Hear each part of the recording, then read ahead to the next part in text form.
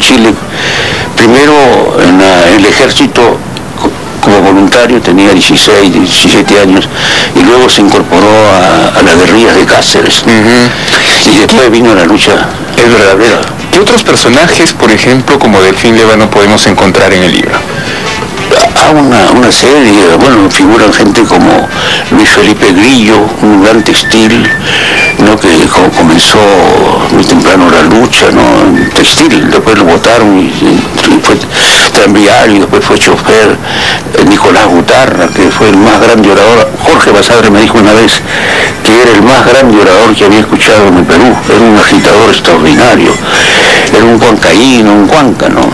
Pero tenía una voz hermosa y una capacidad, digamos, de improvisación, pero era sobre todo un agitador, más que un hombre de ideas, era un hombre de emociones, digamos, ¿no? Pero era un agitador extraordinario. Repito, Basadre, que era autoridad, y recordó pues que había escuchado oradores en España y en muchos otros sitios de Europa y de América. Me decía, es el más grande orador que ha habido en el Perú.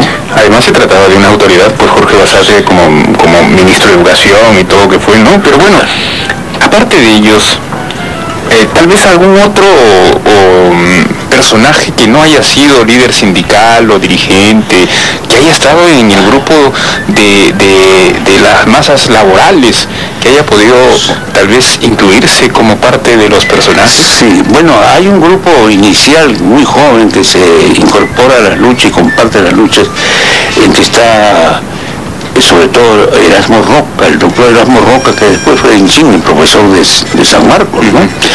También intervino en el momento final, porque la lucha comienza en 1905, hay huelgas, paros, masacres en La Libertad, ¿no? Chicama, masacres en Huacho de niños y mujeres. La lucha por las 8 horas es una epopeya, y al final, en el paro general de 1919, que duró 3 días y por el cual se conquistó la jornada de 8 horas, intervino también el estudiante, un grupo de estudiantes, un terceto de estudiantes, entre ellos Aya de la Torre, Valentín Quesada y Bruno Bueno de la Fuente, que a nombre de la Federación de Estudiantes del Perú dieron su solidaridad a este movimiento ya cuando estaba por la huelga en las calles. ¿Todavía no entraba José Carlos Mariátegui?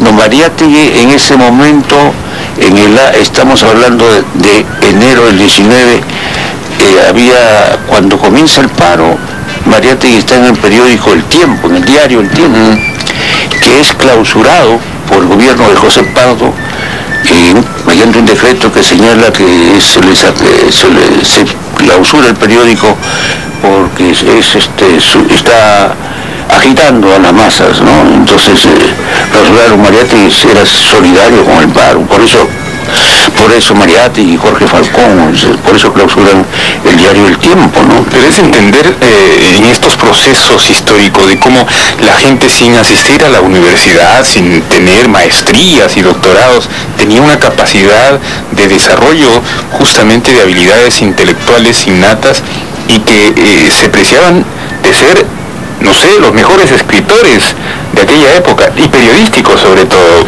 Si no era así, César, cuéntenos un poco esa parte. Sí, yo no diría que se preciaban, porque en realidad eran gente muy modesta, en el buen sentido de la palabra, ¿no? Porque a veces se lo conocían de sus sabían, y el libro sirve, es aleccionador, entre otras cosas, aparte del documento histórico y social del desarrollo de las ideas en el Perú, aparte de eso, ¿no? Es la demostración de que sabían escribir, y no solo sabían escribir, sino que escribían muy bien, ¿no? Una redacción impecable. Sí, y no solo escribían prosa, sino también poesía, teatro. Es curioso, ¿no? Eso se ha perdido un poco en el camino, y yo creo que este libro puede servir para acicatear y estimular un poco, a ver si salen otros, porque yo no creo en eso de que todo tiempo pasado. Bueno, no, sin duda, cada tiempo se construye también. Ese es el secreto. Pero hablemos de la mujer. La mujer ahora tiene otra concepción, otra forma de ver las cosas, pero en aquellos tiempos, cuando la mujer era considerada para solo labores domésticas y no entrar a estos procesos culturales de cambio. ¿Qué se dice en el libro sobre la mujer? Sobre eso habría que... Hay varios textos sobre la mujer, y hay uno sobre el feminismo que es extraordinario. pero yo le digo una cosa, esta playa de dirigentes obreros dieron un papel preponderante a la mujer. Por ejemplo, en las luchas están siempre las mujeres, en Vitarte, en Lima también, en las fábricas textiles, porque invitaron a trabajar las mujeres. Son la primera falange de obreras que surge, ¿no? Y los anarquistas le dieron un lugar, se puede decir, privilegiado, exaltaron a la compañera, a la mujer trabajadora y luchadora, ¿no? Entonces hubo una falange ahí muy importante, y además hubo intelectuales que curiosamente se han olvidado, se han omitido su presencia. Una de ellas es Aurora Cáceres, la hija del mariscal, que colaboró con el movimiento obrero inicial, y hay otras mujeres. A ella le decían Aura Roja. No, ella era, su seudónimo era Evangelina, Aura Roja es otra compañera, ¿no?